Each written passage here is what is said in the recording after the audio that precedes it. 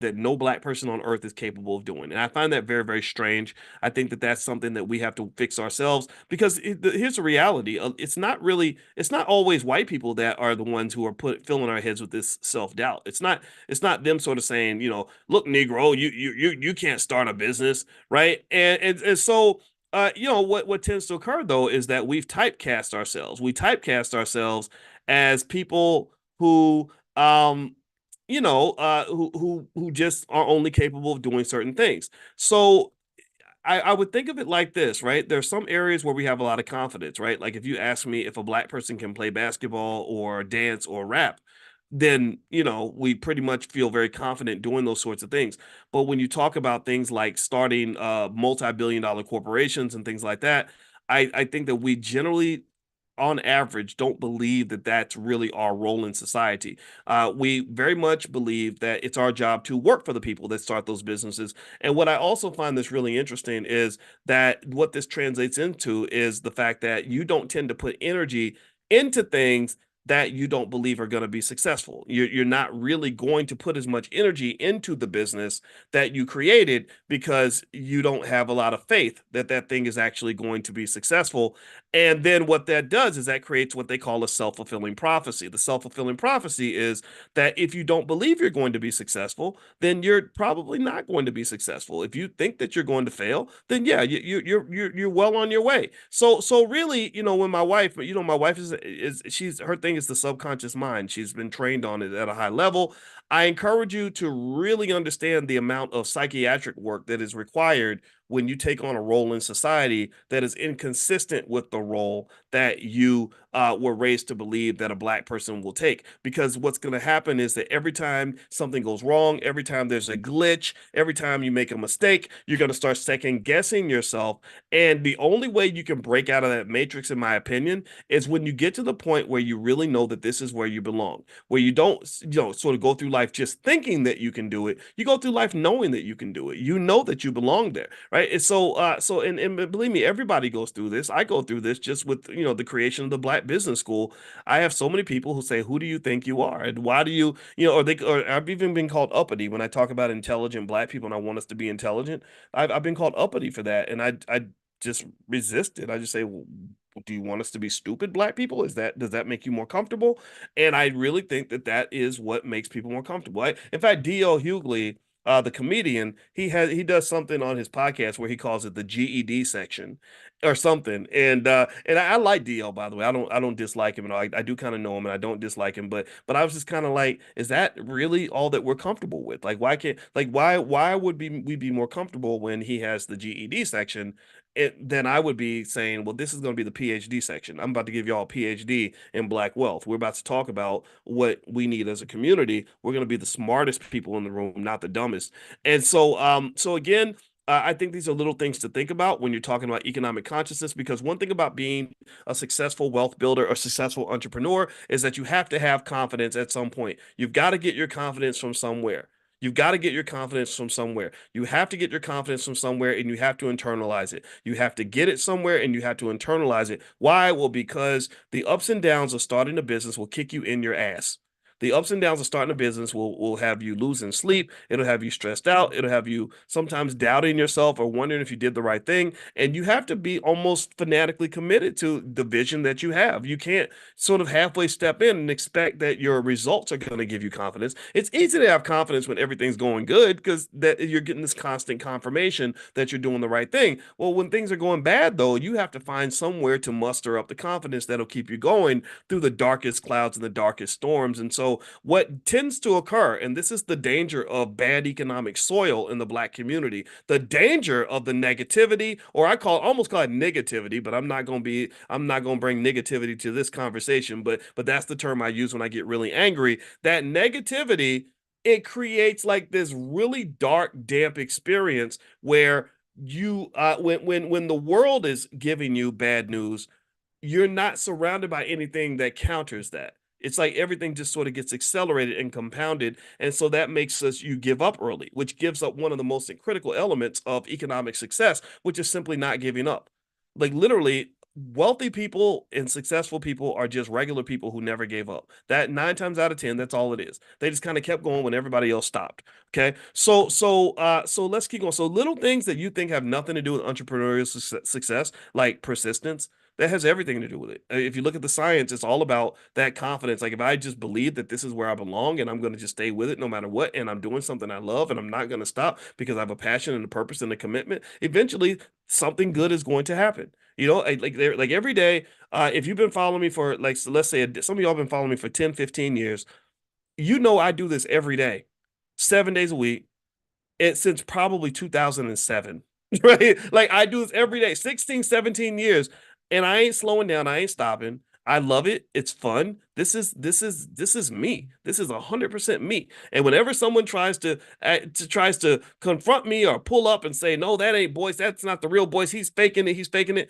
I don't even flinch. I don't care. I'm like, I'm not faking. I can't. I'm not faking Boyce. Like this is no. This is Boyce. There's 150,000 samples of evidence you can find to see what Boyce is, like it or not. This is what he is. This is who I am. And so it's that. So if you want to know what sort of drives me to do that, it's just this is where I belong. This is my superpower. This is my space. This is me. This is the me that I want to be. Right. And so I would encourage you, find that out about yourself and take that time to really learn yourself well enough to do that. And then what will also happen is you'll gain the discernment to know what isn't you, the spaces you don't want to be in. One thing about being in a space that I enjoy and that I connect to is that I don't connect to spaces that I don't connect to. I don't want to be in places that I don't want to be. And some people may say that that's a weakness. I don't think it's a weakness. I think it's a strength. I can instantly identify like, no, you know what, this ain't for me. I'm out of here. I'll see you later. I got somewhere to go, right? And I'm comfortable saying that. Okay, so ultimately that confidence in what you're doing, that belief in what you're doing, that the valuing what you're doing, valuing yourself is so important. You got to value yourself so that you don't need to go other places to get validation from other people. You don't need to go and get acceptance from white people. You don't need to go get acceptance from people who don't understand you. You know that what you're doing is the right thing. I think that's a great place to be. So anyway, let's keep going here. So here are some solutions to the fertile economic soil issue. This is the thing that you can do. In my book, The 10 Commandments of Black Economic Power, we talk about steps to create fertile economic soil and a healthy economic environment for your family. First thing, it starts with the psychology.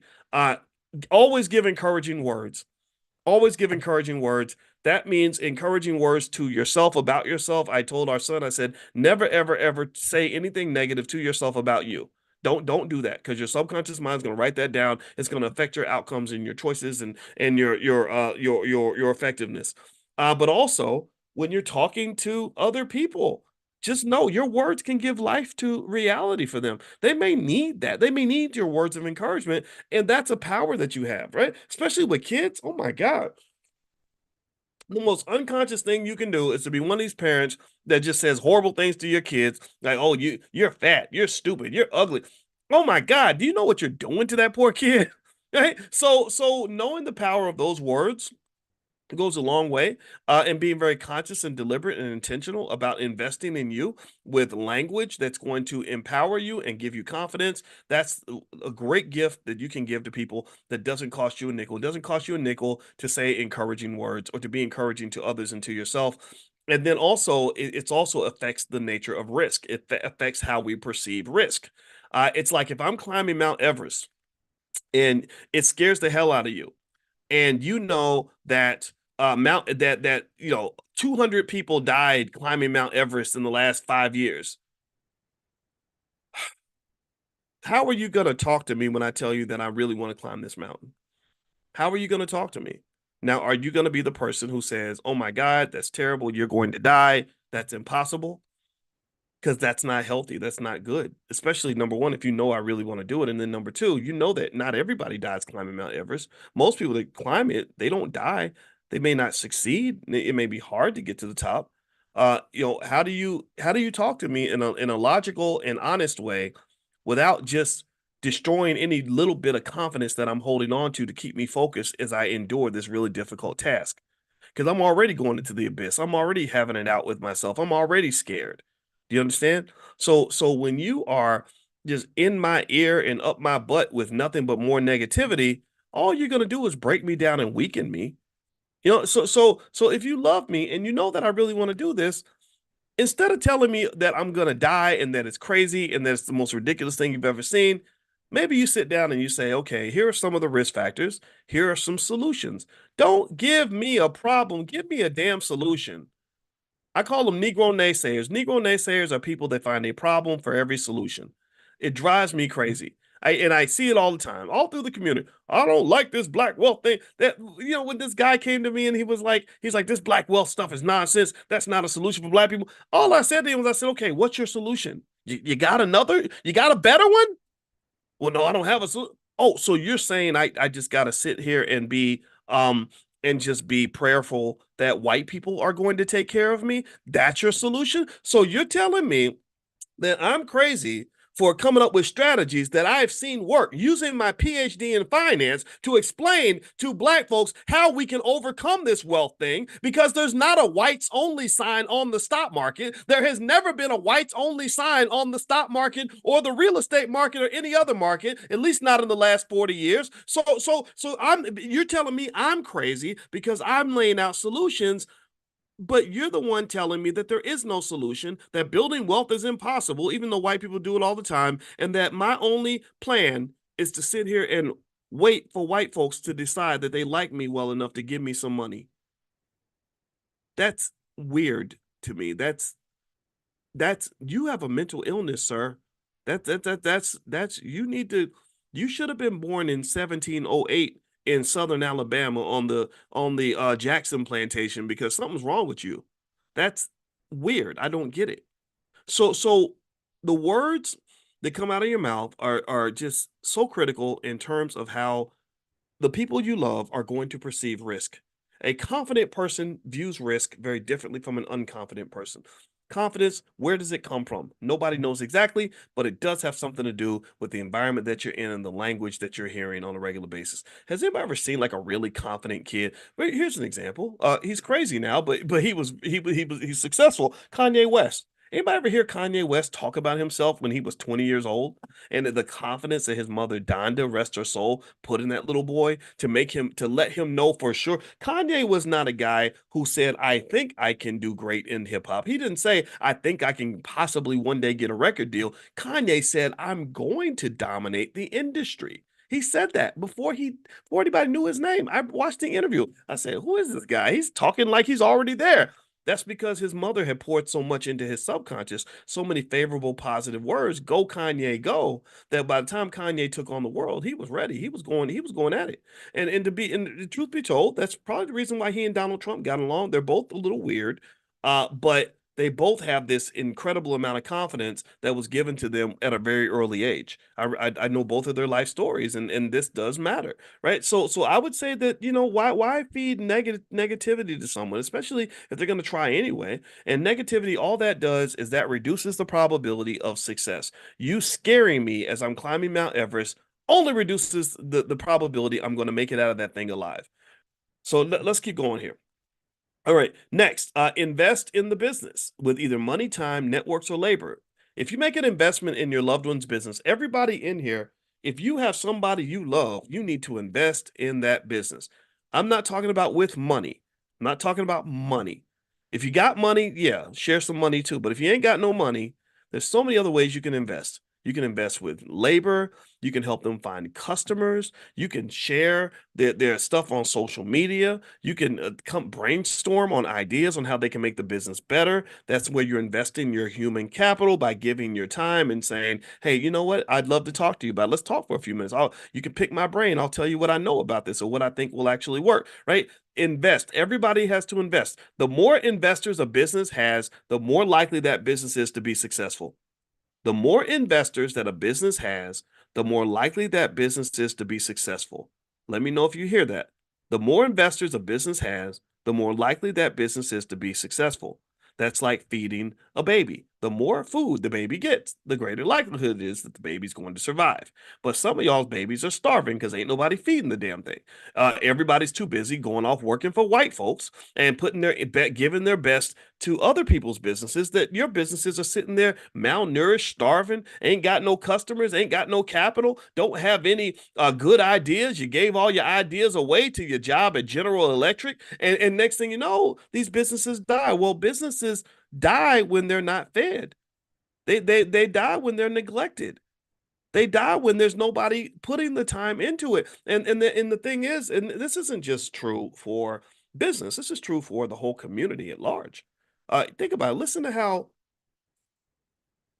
a lot of celebrities talk about the black community. Like if you ask them, like, what are you doing in the black community? And what are you doing in general? So they'll say something like this. They'll say, well, I just invested $10 million in this startup with a bunch of weird white boys in California, right? Jay-Z or Beyonce type stuff. We put $2 million into Uber and another 3 million into Starbucks and blah, blah, right? They'll do their big boy investing and their big boy energy. They'll put that towards stuff that's not in the black community. But then when they get around to the black community, it always turns into some type of charity that's done in their spare time. It's like, yeah, I gave $50,000 to an HBCU. I go to the boys club, once a month and give a speech, right? You're giving. So what happens is that you give your main energy to massa, and then you give your extra, whatever's left over. You kind of say, okay, let me just give a couple crumbs to the black community. That's what you do, right? And it's not just the celebrities, it's all of us. And it's not our fault per se, it's by design. Think about this. I want you to sit here and let's say do a consciousness exercise. This is something I did when I was 19 years old. It changed my life. This is how I became the number one black student on the entire campus when I was at the University of Kentucky. I was a horrible student in high school, but I blew away college. It was when I became really conscious of time. I began to understand how much time we have and what we're doing with that time and how that shapes your life. Your whole life can be pretty much defined by what you do with your 24-hour day. So what I said was, I said, okay, there's 168 hours in a week. If I sleep a full night, 56 hours, 8 hours a night, that leaves me 112 hours left. If I go to class 15 hours a week, I got 97 hours left. If I work a full-time job, 40 hours a week, I have 57 hours. That means I have 57 hours to study, play basketball, go to parties, hang out with my girlfriend. So when I did it like that, I realized I have time to do all the things I want to do. People that claim they don't have enough time, it's because typically they waste time. So here's what I encourage us to do when we're talking about why the black community doesn't have what it needs. I want you to look at your life as that 168-hour week, 24 times 7. And I want you to take away the 56 hours that you would use to go to sleep. So you got 112 hours left. And then I want you to understand this. So during that time, you're spending about 50 hours of that time at your job, right? Either at your job or going to the job or coming home from the job or getting ready to go to the job.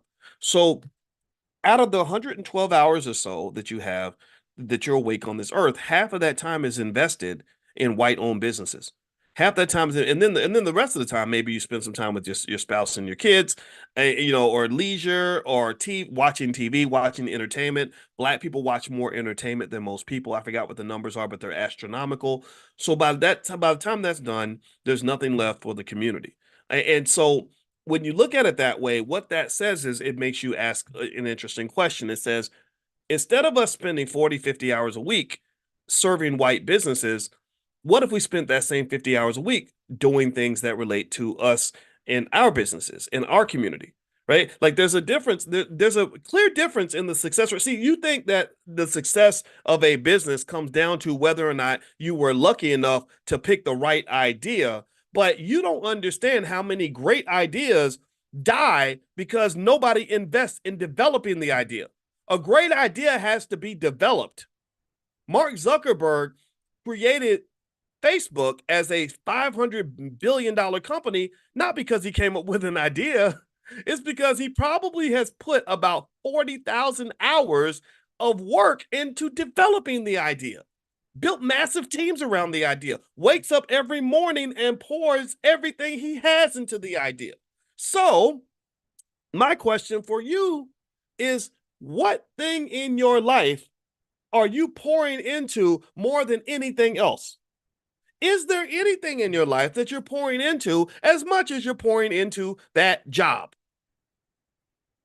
And I'm going to say for many of us, the answer is no. There's nothing. You know, we don't even pour as much energy into our families as we do into the job, and that's why families are struggling. That's why kids ain't getting what they need. Divorces are everywhere. Baby mama, baby daddy stuff, all kinds of stuff is happening in our households, right? So part of black success, in my opinion, which is different from white success, because you're not white. Part of black success comes down to shifting and developing the infrastructure that allows us to pour our best into the things that really, really matter the most. Right. And this requires some thinking, right? It makes you say, okay, as a man, if I'm a black man or I'm a black woman, how do I structure my life where the bulk of that 168 hours a week that I have, or the 112 hours that I'm actually awake, 56 hours I'm asleep, where I can put half of that time into things that are gonna impact me and the people that I care about. So what does that look like? Well, that's why in my book, The 10 Commandments of Black Economic Power, that's one of the reasons why I say that every black child should learn how to start a business by the age of 12. Because if our kids spend as much time at business camp as they spend at football camp, basketball camp, and cheerleading camp, then all of our kids would have options that are out of this world. They could say, you know what, I'm gonna walk away from this job and I'm not going to be scared to do it like my parents were. My parents were scared to walk away from the job because they didn't know if another white man would hire them because that's all they knew how to do. But I can walk away from the job because I know how to put something together. I know how to develop an infrastructure that's going to help me get paid maybe even more than I was making from my job. Maybe because I don't know, maybe because it's now the year 2053 and way back in 2023, my parents took a class from Dr. Boyce Watkins on how I could sell stock options and make over $100,000 a year, literally selling options on the stocks that my family has owned for since 2023. Maybe that's a vision for you to write down that you could give to your kids and grandkids. I don't know. It's just a thought. Okay. So being able to do that, what does that do? Well, that frees up half your life. So with that half life, with all that extra time, now you can take that capital that you were investing in white businesses and you can invest it in yourself. You can invest it in black businesses. You can invest it in black families. You can invest it in the community. Do you understand? Right. And to me, part of the self-esteem exercise is really asking ourselves who taught us to be comfortable investing the majority of our time and the majority of our energy in things that benefit other people. Who taught us to do that? Who trained us to do that? And this is why also reading Dr. Claude Anderson is so important because he tells you the origins of these things. He breaks down like during slavery, the goal was to make sure black people were uncompetitive with whites, but that they were extremely loyal, extremely hardworking, so they would show up and help us build our businesses, help us clear the land so we can make money on that land, right? Help us to sell our tobacco, help us to sell our products, and we don't want them thinking above the second floor. We don't want them thinking about owning these businesses, but we want them to think heavily about contributing to these businesses. This explains in a nutshell, in my opinion, why so much in the black community is economically malnourished. So we got to get back to feeding ourselves economically. What does that look like? Well, it's up to you to decide how you want to implement this, but this is my observation. All right. So, and by the way, if you want to join us for Powernomics training on Wednesday night, just text the word greatness to 87948. If you text greatness to 87948, I'll send you a link and you can join us on Wednesday nights. We're reading all of Dr. Claude Anderson's books. We've been doing this for about 4 years now, and we finished Powernomics. We finished Black Labor, White Wealth. We're also right now reading the Black History Reader, and his books are astonishingly good in terms of giving you context to understand why America operates the way that it does. Okay. All right. So let's keep going here. What else can you do to create fertile economic soil? Encourage a culture of ownership and financial literacy for the entire family. There's no excuse for anybody in your household to not understand the basics of money.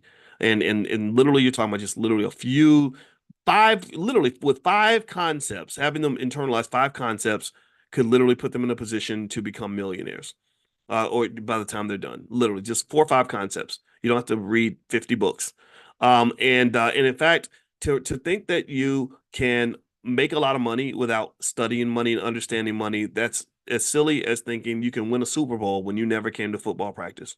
The people that have the most money in America are people that understand it. Millionaires spend about 20 hours a month studying money and finance. So that's extremely important to consider when you're talking about the next step in your economic plan.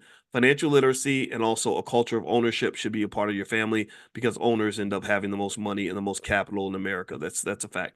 Also, share, like, and comment on social media when you can. So you see there, I don't know if any, I'm sure most of y'all have that relative or friend that's starting their little struggling business and they're putting up their posts and nobody's saying no comments, no likes, no shares. And they're sitting next to these people that, take a picture. She takes a picture of her booty and she gets 10 million likes, right? And I think that's very disheartening, very upsetting. It makes me sad. So what I try to do is I try to consciously remember to go and make sure I make a comment or hit that like button on anybody's post that I see where they're really trying to do something positive for Black folks or do something good for the world or encourage something that I believe is going to be healthy. I think that's really important. Attention is a commodity in the age of social media. So let's give them your attention. Okay. Buy a product when or if you can afford it. So if I buy from you, I'm giving you a customer that's going to help your business succeed. So hopefully, if your relatives have businesses that have products that are of interest to you, then that's a no-brainer, right? Buying from them is a great way to go. What else? Recommend the product to others in your network. So if the product is not for you, or if it is for you, you've got a network. Everybody has a network, and your network has value. They have that term, your network is your net worth. And that's true. Networking and being connected to people, that's incredibly valuable. So why not share that network with the people you love by taking their product and endorsing it and passing it on, sharing it on social media, making a couple phone calls, whatever. You can offer partnerships if you can. So a lot of a lot of families get together and they form businesses and they try to form complementary businesses that develop some sort of an ecosystem, right? So if you sell hot dogs, then maybe I can figure out a way to sell buns. If you sell coffee, maybe I can figure out a way to sell donuts, right? Whatever. Or if I'm doing it, thing A, and then I'm going to sit there and I'm going to brainstorm with you on how we can find some way to work together because that's how economic strength is built. Economics is a team sport. Economics is a team sport. Economics is a team sport. So when you get together with your teammates, then you find some way to connect your teams or maybe get on the same team so that you can increase your likelihood of success because then that increases the chances that you can get the things that you need in order to be successful. Here's the deal. This is the last point I'm going to leave you all with, and this is a great consciousness exercise that I want you to really practice thinking on. The money is out there. There's money all around you. There's money everywhere. There's abundance and possibility everywhere. The gold is buried in your backyard. That opportunity that changes everything is right in front of you. It's right there in front of you. It's been walking next to you for the last 20 years. And so what I want you to do is I want you to keep working on consciousness and skill sets and having conversations and brainstorming until you find it. It is there. It is there. It is there. It is there. It is there. I can tell you, again, I know my economic consciousness is probably higher than a lot of people because this is what I do. And I can't tell you how many times I found an idea that was sitting there all the time, right in front of me all the time, that literally was a massive economic opportunity. They grew into something amazing. And I would I would be kicking myself. I'd be like, damn, I could have started this 5 years ago, but I didn't have the consciousness or the awareness. I wasn't taking the time to have the right conversation or to find it. Right. So when you go to when you go to conferences and you network with people, think of it like a scavenger hunt.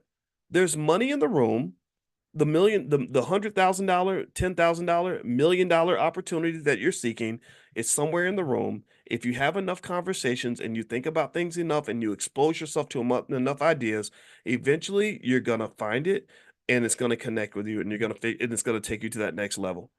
And just take it from someone who's done that. And in fact, even every day, I know that whatever how about this? Here's what I do when I have a conscious exercise. I imagine what it would probably be like talking to myself 5 years from now. And I imagine it's 2024 right now, and I imagine what would the voice of 2029 be saying to me that what would he tell me is right in front of me that I can't see, right? And I try to imagine that because I know for a fact that that's going to be the case. I know that if I was able to talk to Boyce from 2019, holy crap, he thought he was smart. He thought he was hot shit. He thought he knew a couple things. He don't know nothing compared to what I know. whew, I would tell him about all the money that was made during the pandemic. I would tell him about all the money that could be made by buying Bitcoin. I would tell him about all the money that could be made by buying a few shares of Nvidia. And you know, and then I did do that. I bought some Bitcoin. I did buy some Nvidia, and I stumbled into it because my wife's son mentioned it in 2019. He said they make great video game chips. You should buy some stock. I said, okay, sure. I bought a few shares, and that thing made a ton of money. Right. So the point of the matter is to say that if I the who you are, the Darlene and the Calvin and the Angel, 5 years from now is going to be much smarter, much wiser than you. And they're going to see things that you can't see. So the more you expose yourself to ideas and the more you meditate on it, the faster you'll see these ideas and the faster you can change your life and get to where you want to get to. Okay. So this is a meditation that I do every single day because I know that the gold is buried in my backyard and I know it. I'm not going to find it by going around chasing after white folks or getting involved in silly stuff. I spend my time focused on what we got going on right here because you can't tell me in a million years that what we don't have happening right now in this space with all of us talking about this, that this isn't the best place on earth for a black man or black woman to be. And I'm very, very honored and happy to be sharing this experience with you. I want to say that. Okay, I'm gonna go, guys. Tomorrow morning we'll be back 10 a.m. Eastern, like we do every single morning. And again, if you want to take a look at Alicia's therapist gathering where they talked about who the F did I marry, just text the word love to 87948 and I'll send you a free e-copy of my book, Financial Lovemaking. I'll also send you the link. I'll text it out right now, actually. So just text love to 87948 and I'll send you the link. And also, what else? Powernomics training Wednesday. If you text greatness to 87948, I will send you a link there. You also get free access to my life class, and I think it's good. I like it. And so anyway, if you'd like to join us, then just text greatness to 87948. And then last but not least, Dr. Boyce Real Estate. We meet tonight, and we're going to speak with Rashad. I don't have his last name, but he runs a great roofing company in Milwaukee. He says there's a lot of money in roofing, and I'd like to share that with you. So we're going to have kind of an open, private conversation. If you'd like to participate in that, just go to drboycerealestate.com. That's drboycerealestate.com. All right, guys, have a good day.